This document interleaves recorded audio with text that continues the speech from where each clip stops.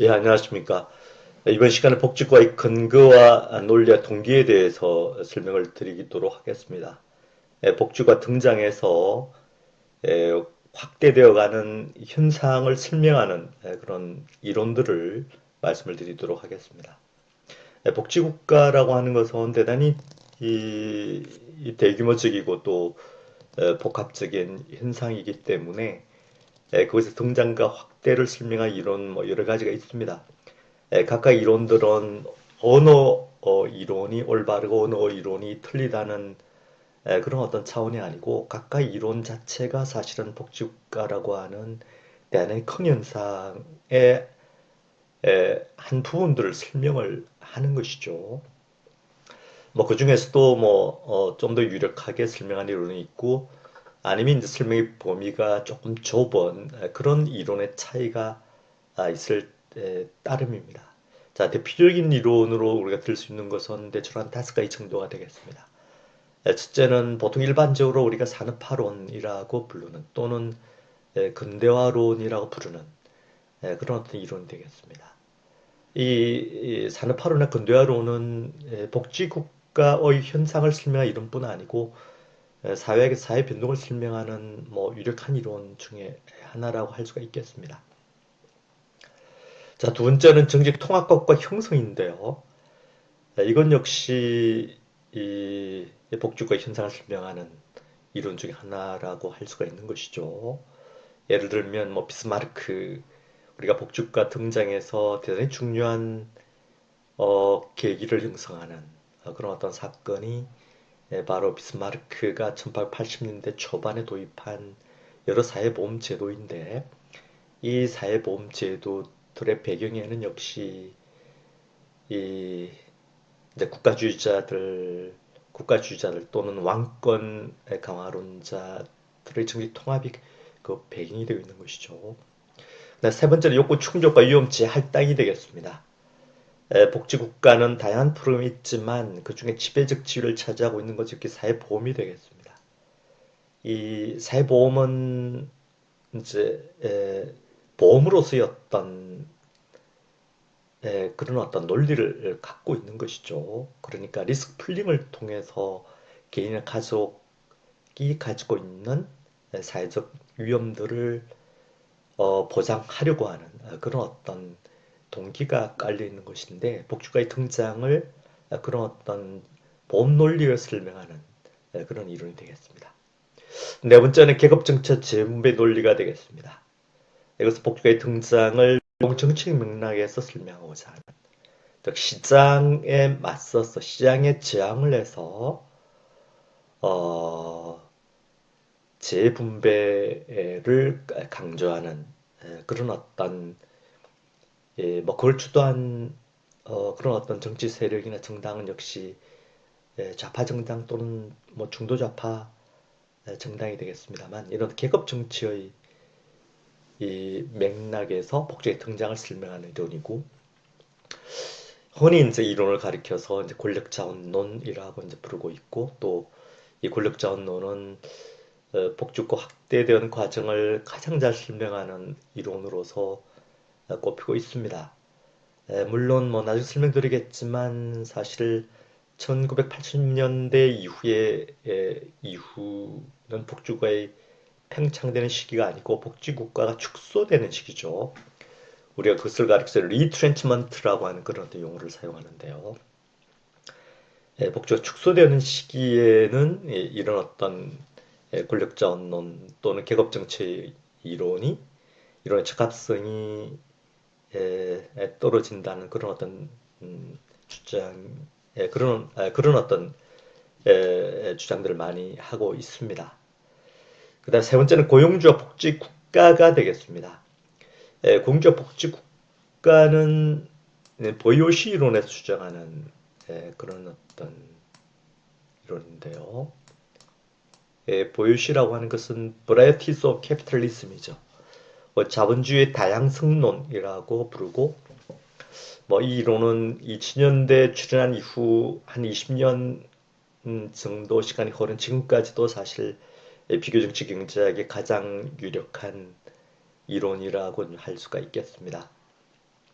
대표적인 이론가로는 하바드의 이베르센 그리고 소스키스와 같은 그런 어떤 뭐 이론가들이 있고 또 뭐 기타 또 여러 유력한 이론가들이 이 진영에 포진되어 있습니다만 이 뭐 이론을 가진 여러 가지 특징 중에 하나가 사실 고용주의 어떤 동기, 이해관계를 이론에 상당히 중요한 그런 항목으로 그렇게 설정을 하고 있습니다.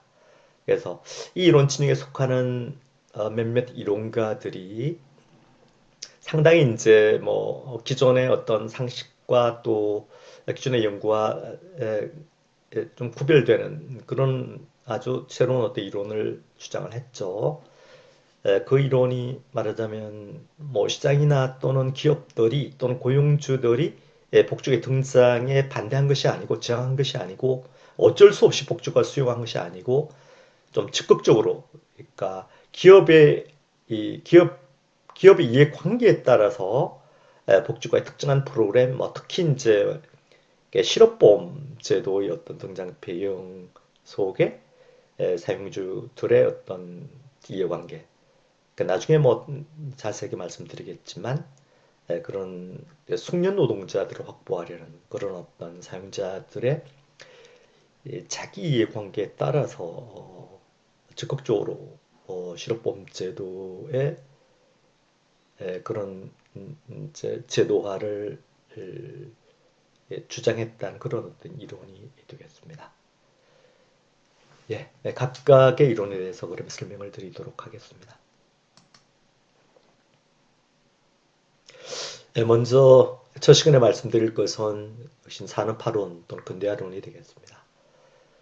앞서 복죽의 발달사를 간략하게 정리할 때 말씀을 드렸지만 초기 자본주의 과정이라고 하는 것은 노동자의 입장에서는 뭐 대단히 아주 뭐 열악한 빈곤의 상태 그리고 빈곤뿐 아니고 여러 가지 뭐 건강 문제랄지 또는 작업 환경의 문제라든가 또는 거주하는 주거 환경의 문제라든가 또는 노동자 권리의 어떤 부정 그러니까 뭐 초기 자본 시대에서는 뭐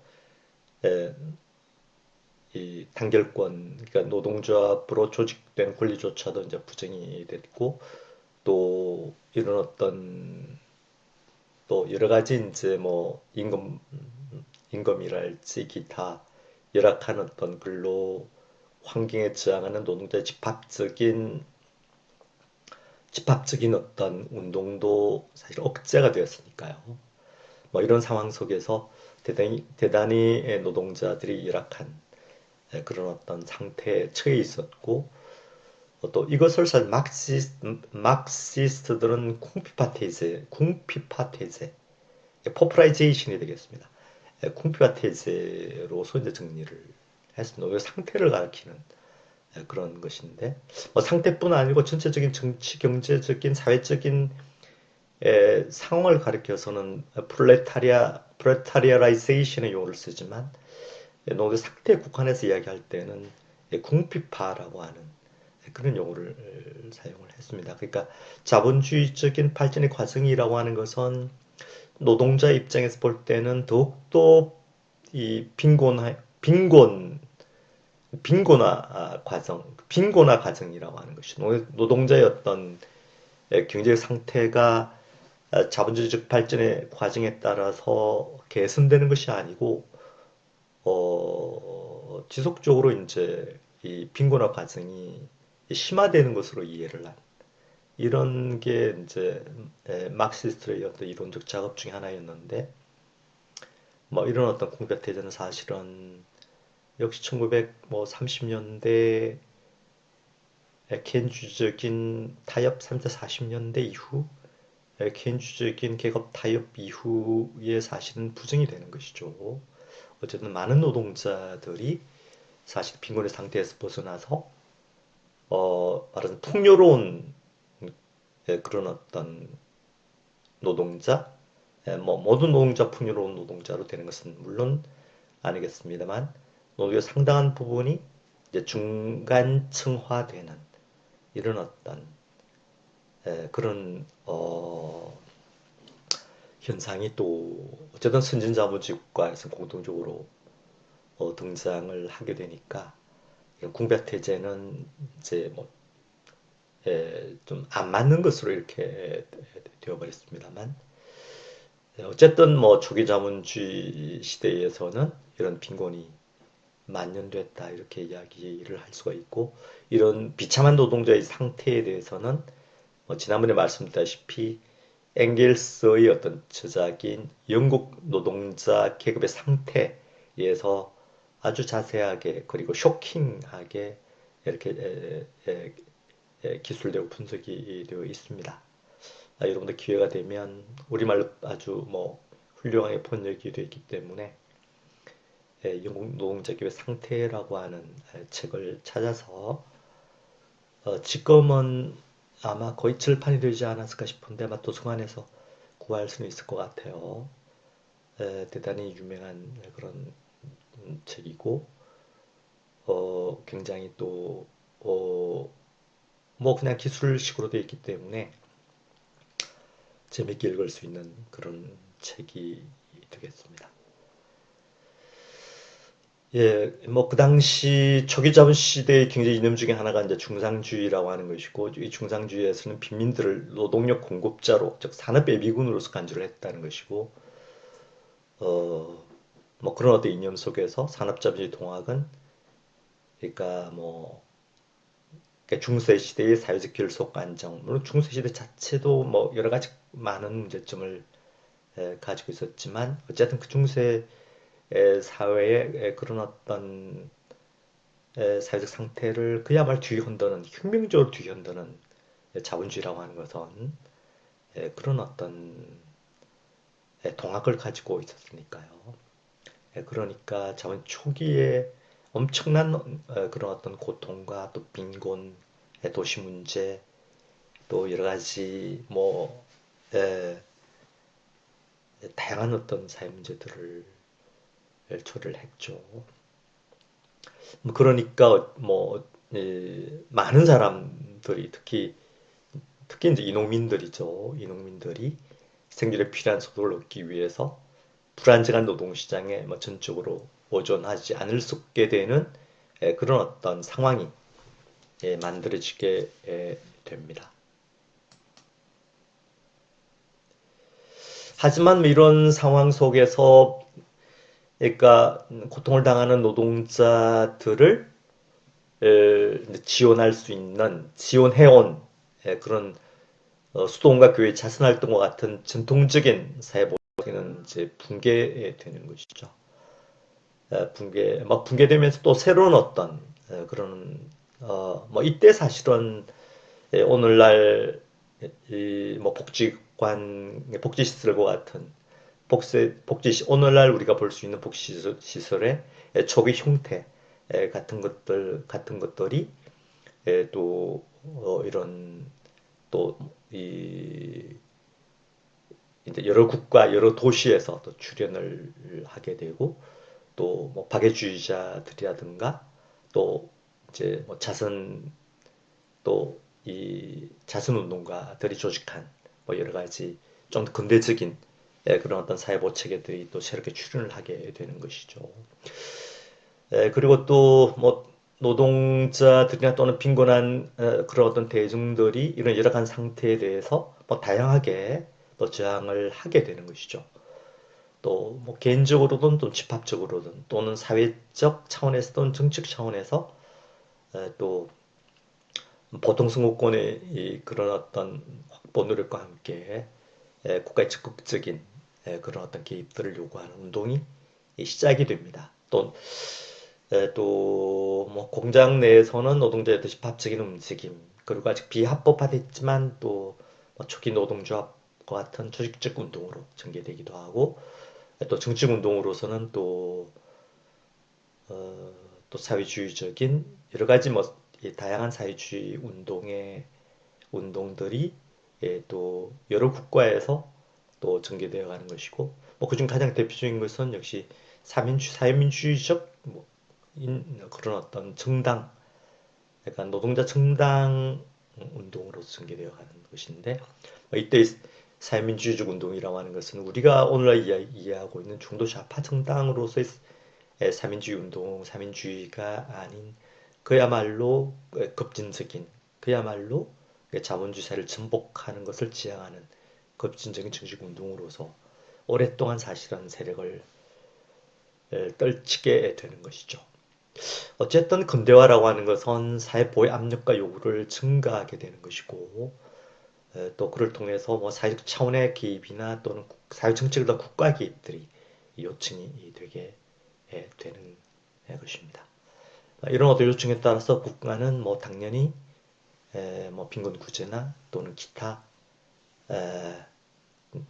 이제 뭐 초기 사회보장 제도의 어떤 도입들을 하지 않을 수가 없게 되는 것이죠. 이 시기에 사회 현상을 분석한 중요한 뭐 이론가 중에 한 명이 칼 폴란이라고 하는 오스트리아의 경제학자가 있는데 이 폴란은 뭐 이렇게 이야기를 하고 있습니다. 인간 사회는 상품화라고 하는 자기 파괴적인 기제의 작동을 막고 사회를 보호하는 반작용이 없었다면 절멸했을 것이다. 이렇게 이야기하고 있다. 그러니까 시장 자유적인 학자들이 보이지 않는 손으로서의 시장을 이야기하고 시장에 대한 국가의 개입을 대단히 부정적인 것으로 그렇게 묘사하는 경향이 있지만 칼폴라니는 상당히 다르게 해석을 하는 것이죠. 상품화에 저항한 탈상품화라고 하는 반작용이 없었다면 인간 사회는 존속하기 어려웠을 것이다. 이렇게 분석을 하고 있고 이 상품화 탈상품화라는 이중운동이 19세기 사회에서의 핵심이다. 이렇게 보고 있습니다.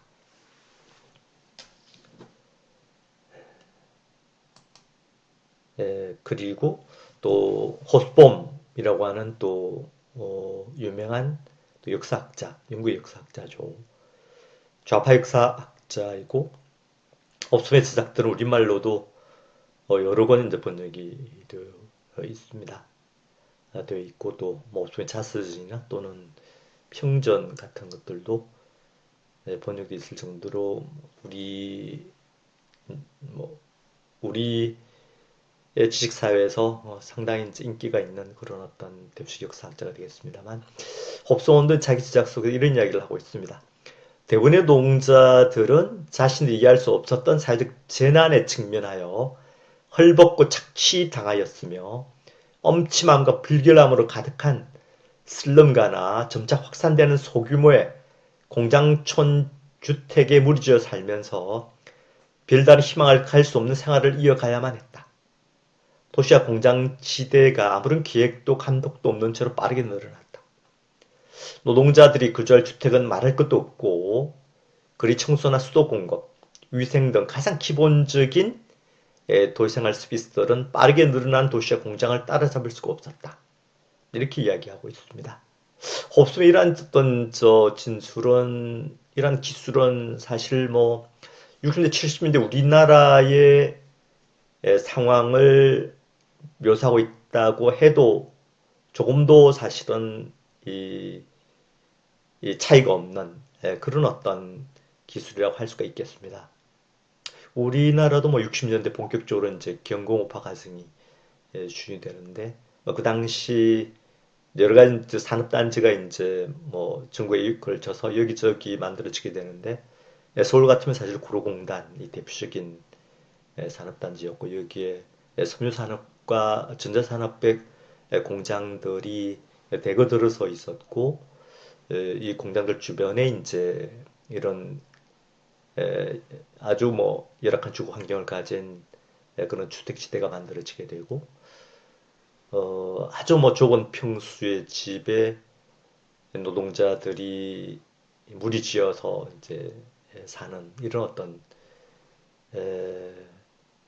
뭐 여러 가지 아주 뭐 아주 그 좀 이 뭐 청소나 수도 공급이나 위생이나 뭐 이런 등등의 측면에서 문제가 많은 그런 어떤 환경을 가지고 있었죠.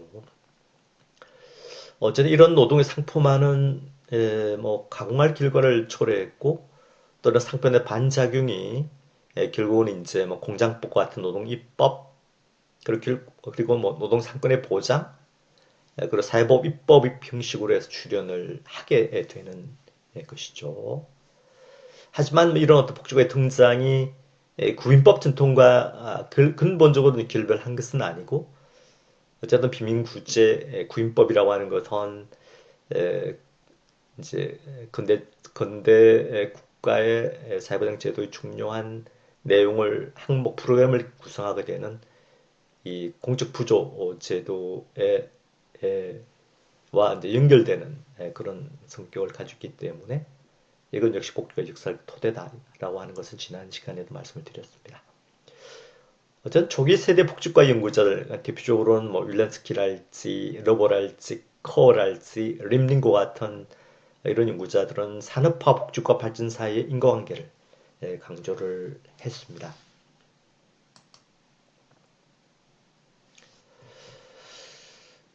이런 산업화를 경험한 사회는 뭐 영국이나 프루시아나 또 프랑스나 또는 뭐 오스트리아죠. 합스부르크 왕국은 1차 세계 이전에 오스트리아 빈을 그 중심의 도시로 하는 그런 제국이었습니다만 뭐 전혀 다른 사회이긴 합니다만 공통적으로 자유무역과 자유방임의 시대를 거쳤고 어, 공공보건이랄지 또 공장의 근로조건 개선이랄지 도시공설비 운영이라든가 또 사회보험제도의 도입 그리고 노동조합을 통한 반자유주의법의 시대를 공통적으로 거쳤습니다. 그리고 이런 어떤 상품화가 가지고 있는 파괴적인 효과를 개선하고 완화하기 위한 그게 이제 탈상품화라고 하는 것이고 이 탈상품화를 추진하고 또 제도하는 세력들은 아주 다양한 세력들이었다. 비단 뭐 사회주의자들뿐 아니고 보수당이나 또는 자유당 내각 영국에서는 영국에서 또 1900 초반에 또 계획주의적인 여러 사회복지 프로그램들이 도입이 되는데 이 프로그램 도입을 주도한 정치 세력은 계획주의적인 자유주의자들이었죠.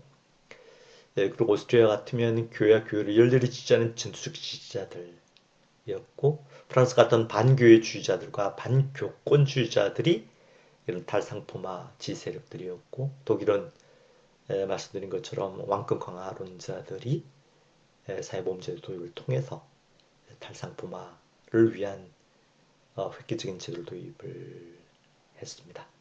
첫 시간은 뭐 이 정도로 하겠습니다.